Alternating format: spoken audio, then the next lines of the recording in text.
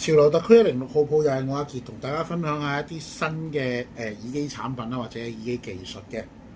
咁咧，今日同大家分享嘅好明顯啦，就係大家眼前見到嘅呢件產品。咁啊，如果大家留意到個盒啊、包裝啊各方面咧，可能你有幫襯開嘅都會知啦，或者你有睇過我片都唔短時間嘅人會知嘅。見唔見到啊？係 Ear Acoustic 嘅 IEM， 係啦，又係呢個牌子啦。咁啊，係近年我拍得比較多嘅一個品牌嚟嘅。咁啊，首先講一講啦，佢一條新嘅拉，咁點解要？哇！你可能會諗，哇，點解哇阿傑啊？呢個牌子都出得好密下喎，點解有咁密嘅咧？其實唔算密㗎啦。嗱，因為解釋俾大家聽，但係如果你之前有睇我之前嘅短片咧，好多有一個系列，例如係 PSA 啊、STA 啊、SPA 啊呢一啲咧，其實佢係蛇年嘅限定版嚟嘅。如果你大家有留意到咧，佢個面咧個 logo 咧係會有條蛇喺度嘅。咁其實嗰個只係蛇年嘅，咁所以而家佢出嘅呢一個版本咧，就已經係新嘅，即入咗今年之後嘅版本嚟嘅。咁呢條係一條新嘅線道啦。我讀一讀過啦，因為我英文就唔好，我就串俾大家聽算啦。OSHUN。咁呢一隻咧，好明顯角落頭寫住 Limited Edition 啦。咁佢嘅型號叫信。咁有兩個版本嘅，一個咧叫 LTD 版，一個咧就係普通版咁樣嘅。好啦，講完呢個牌子啊各樣嘢之後咧，我哋就講一講啲規格啦。首先，其實佢用嘅係一個雙磁路雙腔體嘅特斯拉動圈組嚟嘅，咁咧係一個8.3mm 嘅單元啦。呢個鈦金球頂加呢個碳纖振膜嘅懸掛分域結構嚟嘅。咁啊，即係你可以理解為個邊係碳纖懸掛啦，咁入邊咧就係用個鈦金嘅球頂技術。咁都係嗰句啦，玩開喇叭嘅朋友，球頂技術係啲乜就應該唔使我再講啦，因為我之前講過嘅品牌裏面咧都已經講過唔少次㗎啦，咁冇費事喺呢度重複啦。有興趣揾翻我舊嘅短片睇啦。左抗26盎，靈敏度110 dB per m 得。咁然後咧，佢個頻寬響應咧係20 Hz 到20 kHz 嘅。咁啊〜線材方面啦，佢係選擇咗用呢一個單晶同鍍銀嘅一個設定，咁0.82偏針，即係2支針嘅嗰一隻。好啦，呢個係佢嘅耳機盒嚟嘅啫。好，直接同大家分享一下啦。特別版同普通版最大嘅分別，除咗聲音之外，一定要講嘅其中一樣嘢就係做工。嗱，兩個都係 CNC 就冇錯嘅。咁如果你話咧，特別版就係呢一個形態啦，就係有呢個紋路嘅。咁同埋佢今次咧會有幾隻色揀嘅，呢隻係其中一隻。咁啊有黑色啦，有白金色啦咁樣嘅。咁我哋呢度都會show出嚟嘅，就會係大家眼前見到嘅呢一隻。咁佢普通版會係點嘅樣嘅咧？普通版咧就你可以理解為個面冇變嘅，但係咧個內腔咧就會變咗呢一種鏡面嘅色。咁但係我提一提大家啦，就因為佢其實呢個耳機咧嘅普通版香港理論上係冇得賣嘅，因為佢就想做翻國內賣嘅一個版本。咁呢個咧你可以理解為國際版咁樣咯，好似你買手提電話都有分可能內陸版啊、國際版啦咁樣咯，係啦。咁啊線部分啦，亦都係典型佢一向嘅結構啦，雙針結構啦。咁同埋如果你有啲客咧曾經試過，都幾多客試過呢個牌子嘅耳機咧話。我幾中意個聲嘅，或者我幾中意佢個質素，但係缺點咧就係咧，我唔中意蛇。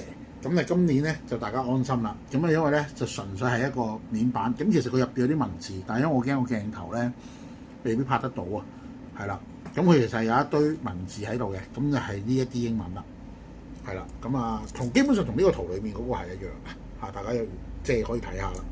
好，耳機就擺咗喺度啦。咁我哋繼續落去啦。咁我哋就講下呢隻耳機嘅其他嘢啦。呢隻耳機咧係今年裏面呢條拉嘅第一個作品。咁之前喺唔同嘅音展啊、CanJam 啊嗰啲，佢應該都擺過㗎啦。有啲客亦都有當場去試過啦。可能你會問啦，咁呢隻耳機嘅特色係啲咩啊？咁我就同大家講下啦。佢嘅特色咧就係其實佢唔係一隻好似典型話佢係發燒耳機，但係佢唔係嗰種好典型。我要你買部 P.R. 嚟推嘅嗰一隻，其實佢想做到一種新啲，又唔可以話新嘅。對於我嚟講，我做咗幾廿年人啦，佢就比較偏向翻通用民用級，但係個聲音質素比較好。點解我咁講咧？因為佢好強調一樣嘢嘅，佢自己呢隻耳機嘅設定裏面咧，就算官網都未出㗎，佢講到明咧就係話，佢想設計俾智能手機啦、平板電腦啦、一啲notebook 啦。同埋即係其他嘅，簡單嚟講就係一大眾嘅 device 用嘅，即係最普通最簡單嘅嗰一種。咁點解要強調呢一點咧？咁啊，其實冇咗3.5窿已經好耐啦，即係電話好多旗艦嘅電話都冇咗呢樣嘢，除咗 Sony。咁啊，但係你唔可以避開一個問題，就係、Sony 又好，或者你其他平面，其實平板仲有好多有3.5㗎。Sony 亦都唔止 Sony 有㗎，其實你都有其他牌子，例如咩紅魔啊、盧比奧啊，都會有一啲型號嘅電話咧。其實佢有3.5㗎。咁如果你有用過一樣嘢叫電子手帳嘅，咁其實佢都會有嘅。咁包括手提電腦啦，或者屋企電腦啦，都會係。咁所以咧，一隻設計俾呢一啲產品用嘅耳機有啲咩特點咧？就係、第一件事要易推。咁我亦都親身真係試過，即係舉個例子，如果我用部 PayR 去推，同我部手機可能插小尾巴推，又或者其實我另外都真係有一部有3.5嘅電話去推嘅時候，我聽落去個感覺，我自己會有一個質感嘅。如果個質感我自己會覺得，咦係喎，的確，就算你用 PayR 都好啦，我自己會比較建議咧用翻 Low 經去推會比較好啲嘅。咁因為佢唔需要食咁多嘅電流電啦。咁當然啦，你話唔係㗎，我中意啲聲好啲嘅，實淨啲嘅。我唔怕衝嘅，唔怕個聲衝啲嘅。你的而且確係可以照用 High 經去推嘅。但係我嘅角度，我會覺得 Low 經已經好好啦。佢個素體會俾你嘅感覺啦，因為佢有一個調音嘅定位嘅。咁我陣間會仲慢慢同大家分析。咁大家眾所周知啦。咁佢就算千幾蚊咧，佢之前啊，如果計埋佢之前出過嘅產品咧，大致上咧都可以講話起碼有3隻。咁而佢今次呢一隻咧係完全取代晒之前嘅版本㗎嘛。咁所以咁有乜嘢分別啊？例如 VSA 咁講啦，咁同佢同價位嚟講咧，應該就係 VSA 嘅VSA Max 啦。咁嗰隻咧個分別就係起碼第一樣嘢，佢係有3.5、4.4呢樣嘢。而呢一隻咧，佢本身係4.4嘅。咁大家應該喺鏡頭會見到，咦唔係喎，傑哥你嗰隻係3.5嚟喎。因為咧本身間廠的確咧係上出4.4嘅。咁但係我同佢啲工程師傾過，我就話喂唔係喎，其實你出4.4，但係你個賣點就係想俾一啲用簡單 gear 嘅人去推嘅時候，其實係有少少本末倒置啊。咁所以我就推薦佢話，不如咁啦。你照出多個即係照出個3.5俾我哋賣啦。咁4.4，如果啲客真係中意嘅，我哋都係照做嘅啫，係咪先？即係咁樣。咁所以咧，你嚟到我呢度試嘅時候，無論係3.5、4.4都好啦，我哋都係可以俾你試聽㗎。咁好啦，講咗好多前設，講咗好多背後嘅小溝通、小故事啦。咁咧，可能你會話傑哥啊，而家仲用仲用啲有線耳機嘅，點解唔用藍牙啊？咁我會同大家講啦，亦都係喺呢部分就開始係少少技術嘅探討啦。近年如果你有用開真無線藍牙耳機又好，或者可能一啲藍牙 device 嘅時候，你可能都會有呢個發現或者察覺到一樣嘢，就係咦好似易斷咗喎，係咪啊？比起可能早幾年嘅話，或者早1-2年嘅話係易斷咗好多嘅。咁其實係咩嚟嘅咧？點解會咁咧？大家可能可以留意下啦。可能你收工夜晚嘅時候，你會過馬路啦，咁喺馬路邊，你會唔會發覺可能喺你臨過馬路前，你會見到有道紅色嘅光射落地下。咁其實就算係呢個 device 咧，都會對一啲藍牙嘅產品啦、無線嘅產品咧，係會有一定量嘅影響喺度嘅，即係干擾喺度嘅。所以導致到咧，你用藍牙嘅話咧，反而係好容易就會斷聲。咁當然啦，可能而家都市人都用慣咗，都唔介意斷兩下啦。咁但係有啲人可能喂，我即係舉個例子我聽歌，我想好沉浸喺呢個世界音樂世界裏邊嘅，或者我聽小説，我想好投入嗰個故仔嘅話咧，咁的而且確你係可以選擇咧係去翻用有線耳機嘅。而大家都應該知啦，唔係淨係得我哋香港啦，無論日韓啦、台灣啦，都而家開始咧好推行翻咧用翻有線耳機。咁的確嘅，可能你會見到唔係喎，傑哥你都仲戴緊藍牙解碼耳擴喎。因為藍牙解碼耳擴同藍牙耳機嘅接收咧，唔係喺同一個等級嘅。咁所以咧，就算同埋我呢個都要插線㗎嘛，即係我要插翻呢條線要插落去我先用到㗎嘛。即係如果我呢個藍牙解碼耳擴都要咁樣插先得嘅，係啦，都要咁樣插先得嘅。咁只不過藍牙係用嚟講埋電話咁解嘅啫。好，咁好咯喎，講咗好多嗱，少少技術探討分析咁都講咗啦。咁 last 啦就要講一講咯喎，究竟隻耳機係咩聲嘅先？咁點解嗱？舉個例子啦，之前嘅產品咧就好多時候都係佢嘅產品啦，例如SPA 啦，或者 VSA 啦，咁佢都好強調啦，去到1000蚊咧，通常都已經係 high res 嘅喎。咁點解今次佢會做翻20至2萬呢個頻寬咧？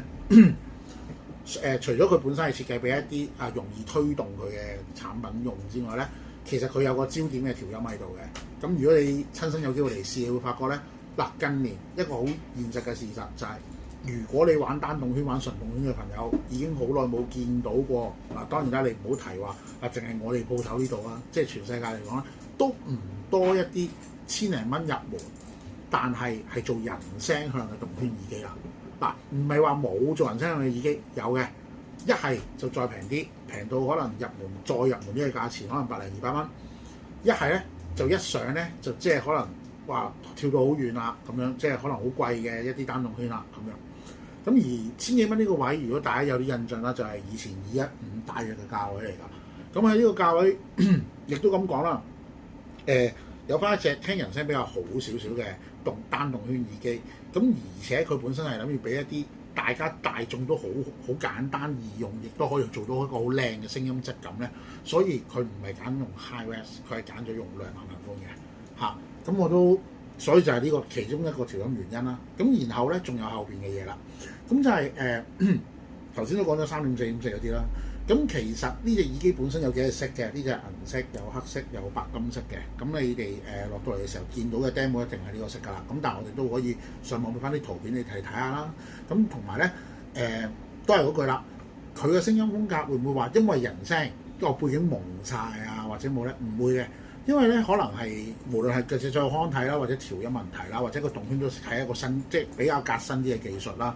咁所以咧，你聽落嘅質感就係，佢人聲係比較好嘅，暖潤得嚟比較靠前啦。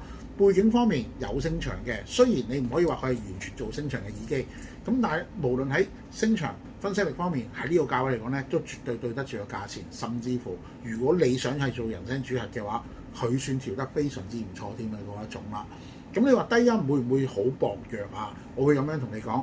低音佢比較偏向打擊風格，咁其實我相信好多客睇到個耳機係金屬殼都估到㗎啦。因為點解咧？金屬殼反射比較快，因為佢密度高，咁所以咧個低音唔會係嗰種好濃厚嘅嗰一種低音嚟嘅，佢係會偏向翻咧反應比較快啲，有力嘅，但係反應比較快啲。咁同埋咧比較着重一個聲場氛圍啊各方面嘅，咁所以咧我會覺得佢係偏向一種乜嘢嘅質感咧？如果對比翻可能一啲典型嘅日韓呢個價位嘅耳機咧，佢會厚潤一啲個人聲，尤其是聽男聲會有啲妙效。咁如果你話我攞翻一啲舊式啲嘅耳機，打個比方，我話想攞Sennheiser嘅 IE80嚟講啦，因為佢已經冇人啲正常都唔會係買 IE80啦，就算買都買 IE80S 啊。咁佢咧亦相反地咧係比 IE80咧嘅解釋力係高啲嘅，嘅清晰度係會提升好多嘅。咁所以咧就係話你當係一個新時代嚟講，可能係一個千元價位裏面嘅一個幾好嘅入門選擇嚟嘅。咁如果睇即係當然啦，要睇翻每一個客人唔同嘅一個消費力啊，或者個情況啦。但係我都係嗰句，唔好因為睇咗我呢段片，我話俾你聽佢人聲咧背景唔差，你就直接話可能近期都好興啊，喺網上直接購買係咪？我自己最安心、最穩陣嘅一個提醒都係最好親身落嚟試聽一下先。因為我唔敢講，我話俾你聽嘅人聲好係咪代表你中意嗰個人聲？因為呢隻耳機佢係偏暖潤向嘅。假設原來我玩開動鐵嘅，我之前可能好耐以前我買過隻315，我買過隻 UM1 呢啲單動鐵耳機嘅話，你突然間去咁樣轉翻落嚟動圈，可能你會覺得厚得滯喎咁樣。咁但係你話如果我自己去評價嘅話，我會話如果你本身係一個乜嘢歌都聽嘅人，咁但係主核都係以流行為先嘅話咧，呢隻耳機非常好，因為就算你金屬殼啦，加上單元有特斯拉嘅技術喺度啦，所以導致到咧佢嘅反應都快。你唔會話去到話聽日本嘢高音好勁嘅時候，或者好快嘅時候，佢追唔到，因為順便速度上面佢都係快嘅。咁只不過佢話對比同價位嚟講，佢屬於偏柔潤向啲啫，即係冇咁吉，冇咁刺耳，同埋2萬頻寬嘅優點係乜？耐聽，所以佢就係預咗你係可能平時搭車啊，好長時間，可能幾個鐘你要做嘢，但我又可以聽下歌嘅時候，就係聽住歌、聽住小説乜都好啦嘅時候咧，可以長時間咁樣去享用呢個耳機啊。咁所以佢就唔需要做一個咁高嘅頻寬咁樣。咁當然啦，如果你有留意佢近年嘅產品啦，之前對上過萬蚊嘅嗰一隻都好強調，想同你講翻嗰一種發燒嘅音樂感。而呢隻耳機亦都係咁嘅一個走向，只不過偏向翻當然冇嗰一隻咁順滑咁柔啦。咁但係喺呢個價位，我覺得絕對係物有所值嘅。